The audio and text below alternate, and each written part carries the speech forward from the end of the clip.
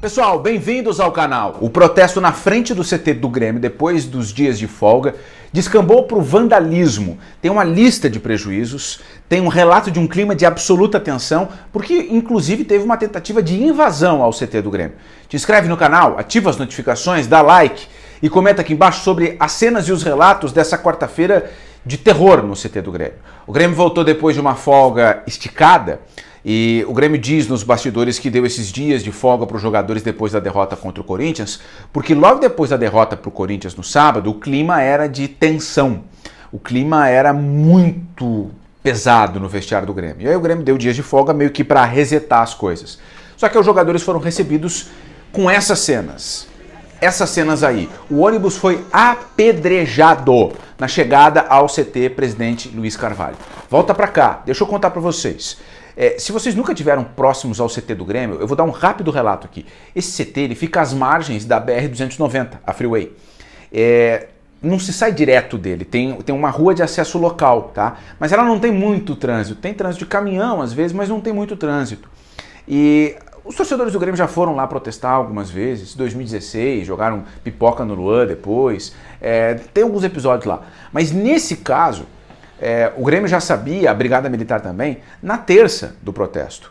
E pela manhã, o Grêmio mudou a logística. Prevendo o tamanho do protesto, o Grêmio mudou a logística. E o tamanho se confirmou. Segundo a Brigada Militar, a estimativa da Brigada, entre 150 e 200 pessoas ficaram na frente do CT. É muita gente. Então o Grêmio mudou a logística. O que é a programação normal? O jogador chega com o carro dele, na portaria, né? Aí aparece lá a plaquinha dele, o cara da portaria olha, esse aqui é o fulano. Abre o portão, o jogador entra, vai para o estacionamento, deixa o carro e entra no vestiário para se arrumar, treinar, etc e tal. Agora, com essa promessa de protesto, promessa que se confirmou, o Grêmio mudou a logística e falou para os jogadores todos e comissão técnica se apresentarem na arena. E todos os jogadores e a comissão técnica embarcaram no ônibus que o Grêmio usa para ir para os jogos em Porto Alegre, ônibus que faz trajeto concentração-arena. Esse ônibus saiu da arena, passou pela frente do DC Navegantes, passou por baixo da BR-290 e entrou no acesso local para vir para o CT. E quando o ônibus apontou na rua que dá acesso ao CT, a torcida que estava lá desde a 1h30, ela virou o fio. Tinha faixa, já tinham sido disparados fogos de artifício, rojões. E quando o ônibus veio para cá, aparece essa cena aí que eu vou repetir. Os torcedores começaram a arremessar tudo, começaram a atacar pedra, começaram a atacar o que tinha na volta contra o ônibus. Ninguém se feriu, essa é a boa notícia. O Grêmio dá o relato de que segurança, jogador, integrante da comissão técnica, gente do staff do Grêmio, ninguém se feriu. Mas existe uma lista de prejuízos. Antes de falar da lista de prejuízos, deixa eu te dizer o seguinte. O ônibus passa, as pedras são arremessadas e aí a brigada tenta afastar todo mundo dali, tá? E aí a brigada faz uso de gás de pimenta, faz uso de bala de borracha, vai pra cima do grupo, dos torcedores que estavam ali, né? E aí se mistura quem está protestando pacificamente com quem está atacando coisa onde não deve, né? E aí dá corre-corre, deu gritaria. E no meio desse corre-corre, dessa gritaria, um pequeno grupo foi para um portão secundário, que não é o portão principal, o portão secundário do CT, tentar invadir o CT. Aí nesse meio tempo, eu estava em deslocamento, comecei a falar com pessoas que estavam dentro do CT, pessoas que estavam no ônibus e do lado de fora, colegas jornalistas. Esse grupo que tentou forçar um portão secundário, ele não conseguiu invadir. O relato que eu tenho é que não houve uma invasão, houve a tentativa de invasão, ok? Nesse portão secundário, que é um portão de ferro, 2 abas e tal, tentaram forçar ali. Não houve invasão.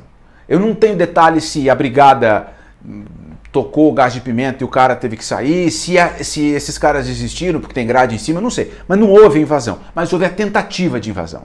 Bom, as pedras, o ato de tocar pedra no ônibus, ele foi repetido para dentro do CT. E aí é que vem a lista de prejuízos. Bom, o ônibus ele está danificado na lateral e na frente, né? Ele foi apedrejado, ok? Aí a lista de prejuízos tem uma caixa d'água furada, tá? 4 carros danificados, os carros ficam estacionados, tem diferentes estacionamentos, né? Um estacionamento é só para jogadores, aí não tinha o carro dos jogadores que esses carros todos ficaram na arena, carro dos jogadores e carro dos funcionários. Segurança, gente do almoxarifado.